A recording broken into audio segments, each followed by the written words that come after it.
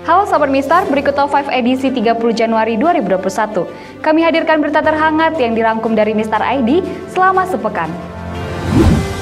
Sebuah kejadian mengerikan, seekor kucing Persia ditemukan oleh pemiliknya di rumah jagal Medan Denai.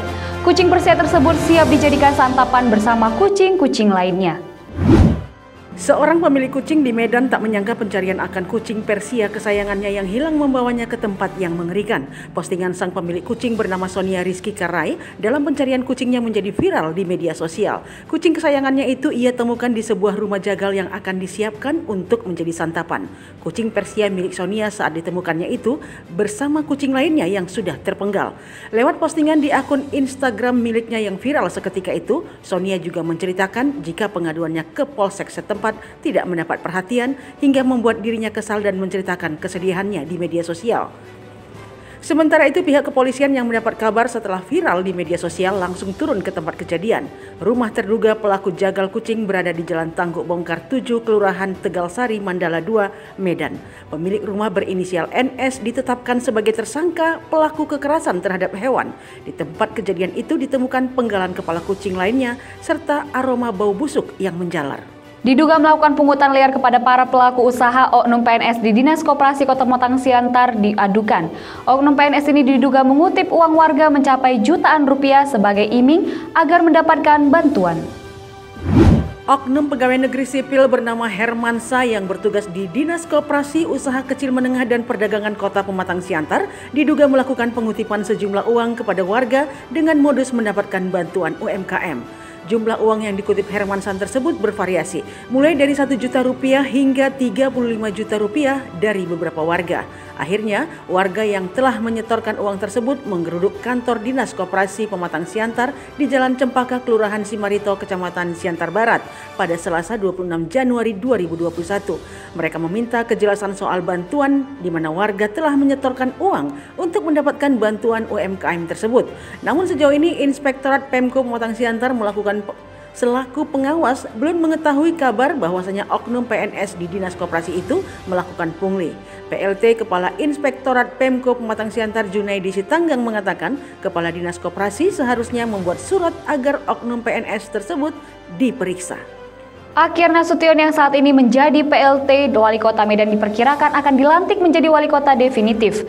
Pasca paripurna pengesahan usulan pengangkatan Akhir Nasution menjadi Wali Kota Medan definitif, meski jabatan itu tinggal menghitung hari. Akhir Nasution bakal menjadi wali kota dengan masa jabatan tersingkat di Indonesia. Hal ini setelah rapat paripurna pengesahan usulan pengangkatan Akhir Nasution menjadi Wali Kota Medan definitif dirampungkan. Sisa masa jabatan wali kota dan wakil wali kota Medan periode 2016-2021 akan berakhir 17 Februari 2021 mendatang. Ketua DPRD Medan Hasim mengatakan setelah paripurna ini maka proses di DPRD telah selesai. Hasil rapat paripurna akan segera dikirimkan ke Gubernur dan Menteri Dalam Negeri untuk proses pelantikan. Jika diperkirakan segera pelantikan, masa jabatan Akhir Nasution tidak sampai 1 bulan menjabat sebagai wali kota Medan definitif. Ini artinya Akhir Nasution menjadi wali kota tersingkat dalam menjabat. Listio Sigit Prabowo resmi dilantik menjadi Kapolri. Pangkat Listio Sigit juga naik setingkat dari Komisaris Jenderal menjadi Jenderal, dan sejumlah PR tengah menanti Kapolri untuk dituntaskan. Listio Sigit Prabowo resmi dilantik menjadi Kapolri. Pangkat Listio Sigit juga naik setingkat dari Komisaris Jenderal menjadi Jenderal.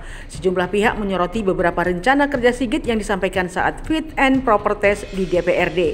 Di antaranya, Listio akan mengaktifkan kembali pasukan pengamanan masyarakat atau PAM Swakarsa untuk mewujudkan Harkam Tipmas. Listio juga berencana memangkas peran kepolisian sektor atau Polsek. Salah satu rencana aksinya ialah mengubah kewenangan Polsek hanya untuk pemeliharaan keamanan dan ketertiban masyarakat. Kedepannya Polsek di daerah tertentu tidak akan bertugas melakukan penyidikan. Yang menarik, Kapolri ini merencanakan untuk mengurangi tilang jalanan dengan mengedepankan Electronic Traffic Law Enforcement atau ITLE yang diharapkan dapat mencegah penyimpangan. Polisi lalu lintas hanya bertugas mengatur lalu lintas. Berkaitan dengan kasus tewasnya Laskar FPI, Komnas HAM mendesak Listio Sigit segera merampungkan kasus tersebut diselesaikan terbuka supaya tidak menjadi liar. Komnas HAM juga meminta untuk menurunkan angka aduan kepolisian di Komnas HAM. Hampir setiap tahun polisi menjadi lembaga yang paling banyak diadukan ke Komnas HAM. 8 anak panti asuhan diculik di Nigeria. Tidak tanggung-tanggung, para pelaku meminta uang sebesar 355 juta rupiah. Penculikan anak di Nigeria terjadi lagi. Kali ini 8 anak dan 2 orang dewasa di ibu kota federal Nigeria, Abuja, diculik dari panti asuhan oleh pria bersenjata. Dikutip dari media pada Rabu 27 Januari 2021, penculik tersebut mengancam akan membuang anak-anak tersebut jika pihak panti asuhan gagal membayar uang tebusan 10 juta naira atau sekitar 355 juta rupiah. Demikian diungkap anggota Dewan Alaze Odewo. Insiden penculikan itu berawal dari pembobolan ke panti asuhan yang menampung 17 anak di bawah umur pada Sabtu 23 Januari pagi untuk waktu setempat.